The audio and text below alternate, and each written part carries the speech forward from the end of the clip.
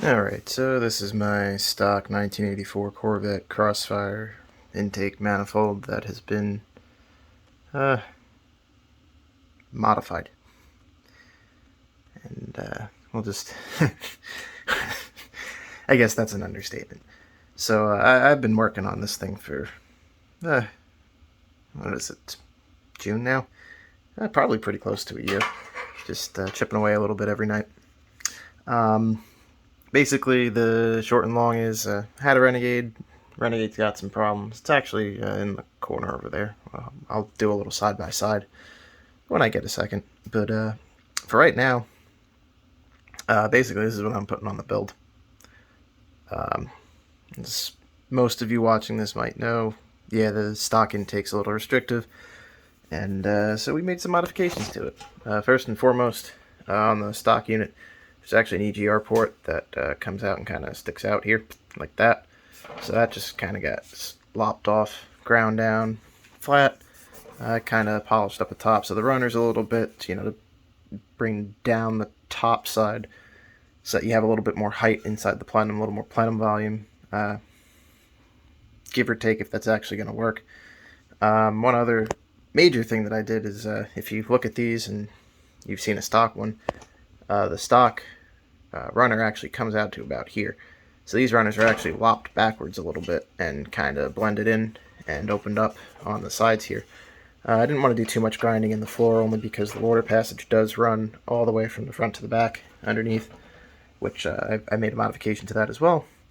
But basically, yeah, I'm just doing little things here and there to try and optimize flow. So like, I know the wall of the intake is pretty thick here, so I've just been chipping away at this a little bit with a burr to kind of open it up, unshroud the opening a little bit more. I mean, I don't want to go too much further because I still want to be able to take out on the inside if I want, so I'll probably just smooth this out a little.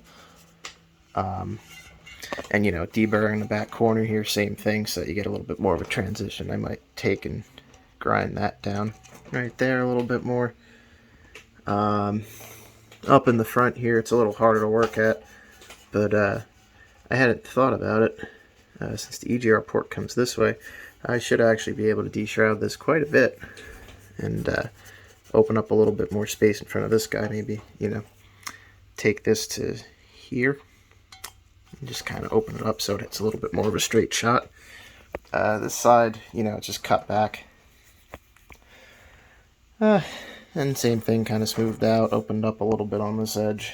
And there's not really much I can do here except for open it, but then you kind of run into that same issue where you might be encroaching in on the runner on the other side there. So I didn't want to do too much. I might, same thing, just grind this open a little bit more, kind of radius it.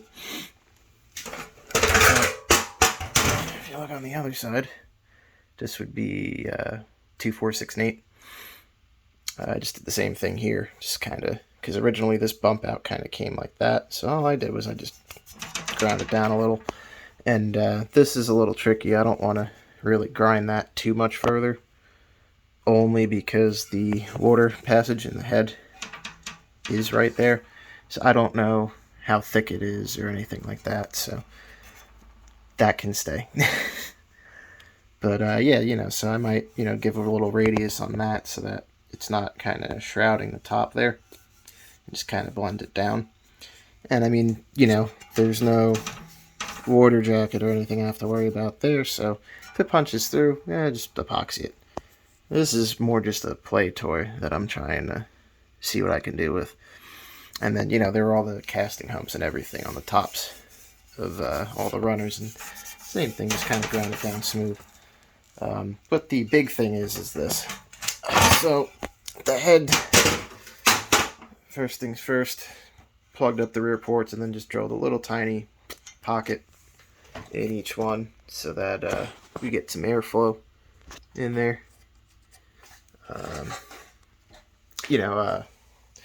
I can't use a stock gasket with the block off plate because it's too small for the head that I'm running on the car.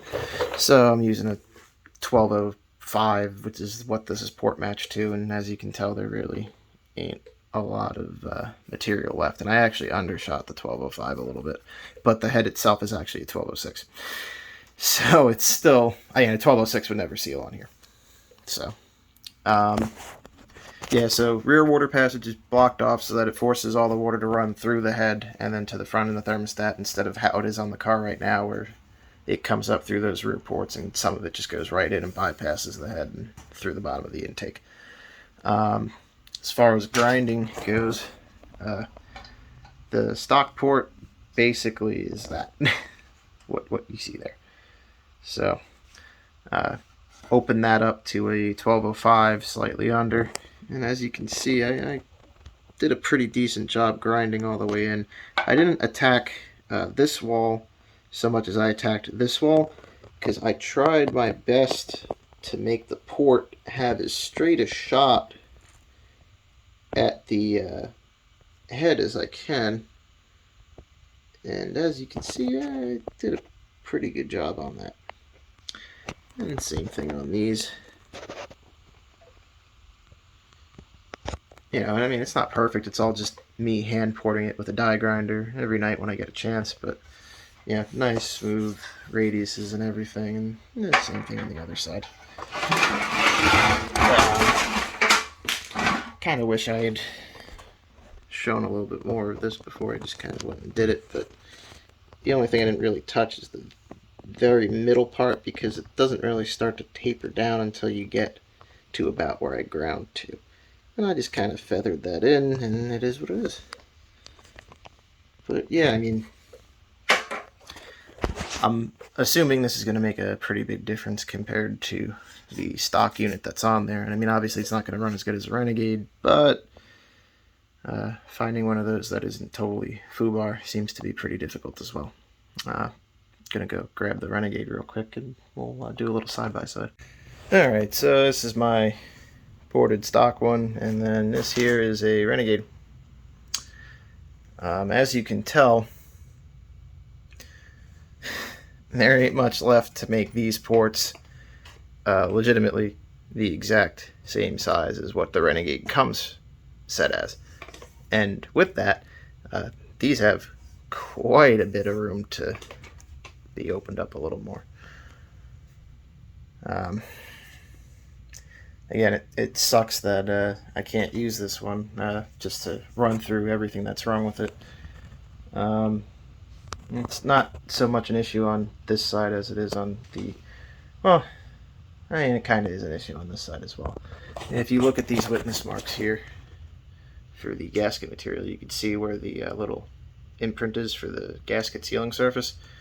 So if you actually put a, actually, I'll show you. I mean, you can kind of make it out just based off of this guy. Look at where the bolt holes are relative to the the center of the port, and then look at where the bolt holes are relative to the port here, and you can kind of make out that they're a little different. And same thing on the other side. So let me just grab a gasket real quick. Alright, so this is a Felpro 1205. This is what I used to do my gasket matching, port matching, porting, everything. As you can tell, I slightly undershot the port size ever so slightly, just so that I knew I wouldn't have any issues with the mating surface on the head. And this is that same gasket sitting on the Renegade, and right off the bat, I'm sure you can see some of the core shift. So basically, that right there didn't seal at all. That was a vacuum leak. This one wasn't too bad. This is the better side of the two. But yeah, I mean, there's so much room to open this up. It's just it's not right. And then the other issue too is the actual cut on the V's. You probably can't really see it. Yeah, no, you can't. Basically, when the intake sat on the car, instead of sitting flat like this, it sat a little like that, causing the one side of my plenum lid to hit the hood of the car. So, just overall, not great.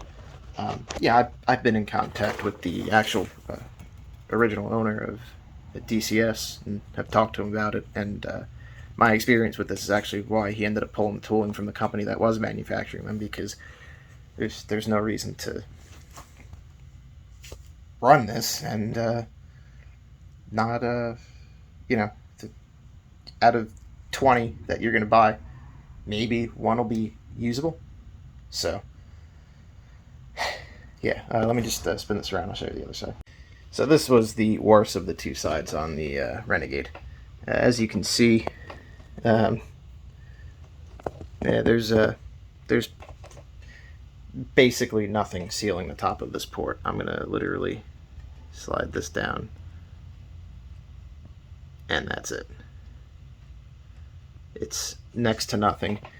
When I had finally figured it out, I had tried a new gasket, put it on, and actually sprayed up on top the valve covers with the with a little bit of brake clean, and you could see it just kind of.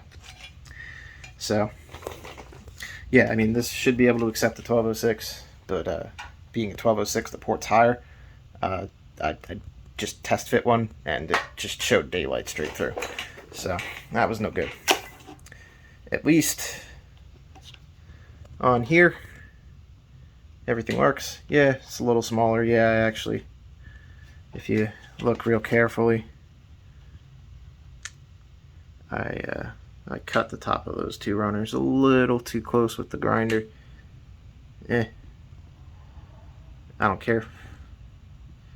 For the most part, the air is going to be coming off the short turn anyway on the bottom. This is actually the floor, this is the roof. But yeah, so for the most part, the airflow is going to follow that, because it's just kind of going to, well, actually I shouldn't say that. I'd have to model it to see where it's actually going to go. But you figure you're going to see most of your airflow in the middle, presumably. I don't know. I'm not a porter. I'm used to dealing with fluids and pipes, so this is kind of, you know, I'm just taking a guess at it.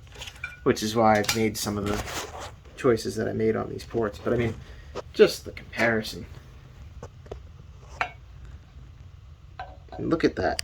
You have a straight line of sight to the inside of the plenum on the Renegade, which is just awesome. And if you actually look, you can see how the roof of the gasket mating surface is still resting on here the same way, and it's now touching the rear china wall, whereas on the front it wasn't. So there, you know, some casting differences, and you can see even the machining on the head side is slightly off. So let's flip these over and show you the inside. And you know, just the last little bit. Yeah, obviously these are kind of just based around the actual little ones that are on these. Will it actually help? I have no clue. As you can see, again, the inside of this is finished really nicely, and it is a shame that it won't work. I was really looking forward to having it work, and the big difference with this between the stock one is just the water crossover doesn't exist on the bottom, so the ports are actually lowered in it a little bit, and the wall height is raised, so you get a straighter shot at the valve, less angle, and you get more plenum height on the top to between the throttle bodies and the ports. So realistically, this will outperform it every time. It's just I know for a fact I can't even bolt this on the engine and have it run right. So yeah, we're stuck with this, and hopefully it does what I want it to do. Alright, thanks for watching. Isn't really a how-to. I'll just I'll update once I'm done grinding the last little bit of stuff out that I want to grind out. So thank you. Alright, so that's about all she gets. It did punch through right here, so it's not too thick. Excuse me. But you can see I did just kind of de-shroud it quite a bit from the top to the bottom. I just blended this in a little bit more. Again, not too much. I don't want to go too far.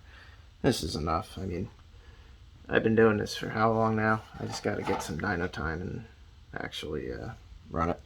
This one I just hit real quick, just a little bit. Not too concerned about that one. There really isn't anything else around it, so it'll be okay. Yeah, I mean, I'm looking forward to seeing what it does. I'm hoping an AB on the dyno shows gains from 4,000, 4,500 on up, because you can feel it in the car right now. Like it'll rev out to like 63, 6,400, but you feel like the car really just starts ripping around around like $3,000, and it's just like you hit 4, it's just like, well, that's it. So I'm hoping this will take care of a lot of that. I'm just gonna hit that with a little epoxy, maybe just take a brazing rod and a torch and just hit over. I haven't really decided yet, but that's pretty much it. Yeah, so let me know what you think.